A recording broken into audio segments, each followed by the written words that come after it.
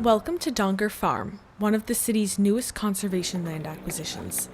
The farm was purchased in April 2015 as a combined effort between the Greater Worcester Land Trust and the City of Worcester's Conservation Commission.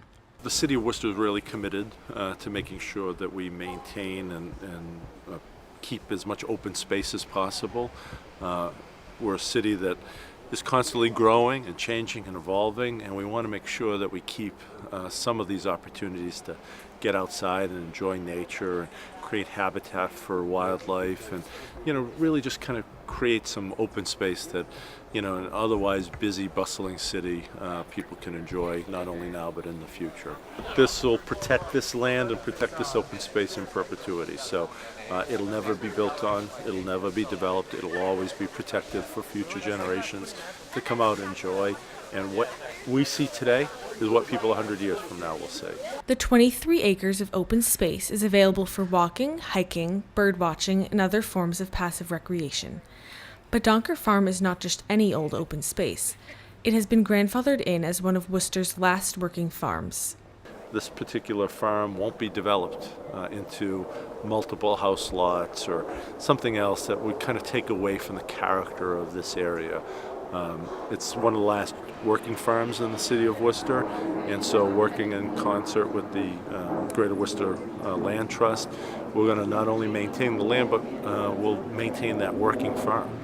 So there'll always be an opportunity to see what Worcester's kind of rural character look like. In addition to being a significant link to Worcester's agricultural past, Donker Farm is the newest parcel of land to be added to the Four-Town Greenway, a corridor of conservation land extending from Salisbury Street in Worcester to Paxton, Leicester, and Holden. So, you can actually walk from one side of the city to the other just on conservation land. You feel like you could be in rural Vermont or New Hampshire or Western Massachusetts, but you're right here in the City of Worcester. Recently, City Manager Augustus and Mayor Petty joined members of the Greater Worcester Land Trust and Conservation Commission to take a walking tour of the farm, located at 46 Torrey Fort Lane, with trailhead access located just before you reach the driveway to the house. The house was originally located in Holden until the Holden Reservoir was built in the early 20th century.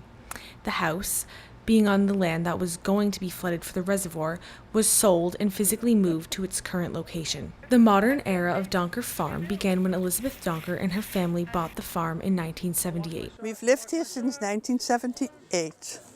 We bought the house on Valentine's Day 1978 during the snowstorm. Despite growing up around animals in her home country of the Netherlands, Elizabeth did not have actual experience farming. So she learned as she went. We kind of grew into it because coming to America, I didn't like the eggs and I didn't like the bread. We got the chickens, had our own eggs. We had the first egg party. Over the years, the Donker family has raised pigs, chickens, geese, bees, milking goats, sheep, and ducks, and cultivated a vegetable garden and orchards. Elizabeth Donker was able to turn raising animals into a hobby and a craft. We were a fiber farm. We started out with wool, and then we had Angora goats, which I would go get in Texas, and I was the first registered Angora goat breeder in New England. Now the farm has a flock of geese, chickens, sheep, dogs, and cats. I've got 3 menopausal sheep. They're old. Sheep become 14, 15. They are about 11. In addition to being an important link to the city's past, the land will serve as another way in which the city can help its residents lead an active and healthy lifestyle. This complements our Community Health Improvement Plan, the CHIP, which is to make Worcester the healthiest city by 2020. And part of making people healthy is allowing them to get outside and have some recreational opportunities or ability to walk. The city has a clear need for the land, but what prompted Elizabeth to sell it to the Greater Worcester Land Trust? My husband, Peter, you might not know him, this was his wish that this land was going to be saved for future use and enjoyment and not houses. We've been working our whole life here to preserve it. The property was sold for $628,000 to the Greater Worcester Land Trust. The city's Conservation Commission purchased the conservation restriction from the Greater Worcester Land Trust with the help of a $400,000 land grant administered by the Massachusetts Executive Office of Energy and Environmental Affairs Division of Conservation Services. This means that the Greater Worcester Land Trust will manage the property, while the city will assure that the land will remain in its present natural state forever and be available to the public for passive recreation. Elizabeth's children were very supportive of her decision to sell the property as conservation land. Well, my parents have always sought to gain more land and to have nature around them, and their tagline was always that they're not making any more natural land anymore. And we had seen living here, you know, the groups of deer coming through or other wildlife, and you could tell that these are populations that have no place to go. And Colin, you know, laid out the map, and he showed how beautifully this land, which stretches up to the back and over toward Moorland Hills, how well that connects from over Cook Pond and the Cascades, and what an integral part of that connection this property would play. And we were always, you know, conservation minded, and we were all for it. The partnership between the Greater Worcester Land Trust and the city made the purchase possible. You know, we purchased around, it's about 68 acres over the last several years with Crow Hill and the Equatorium.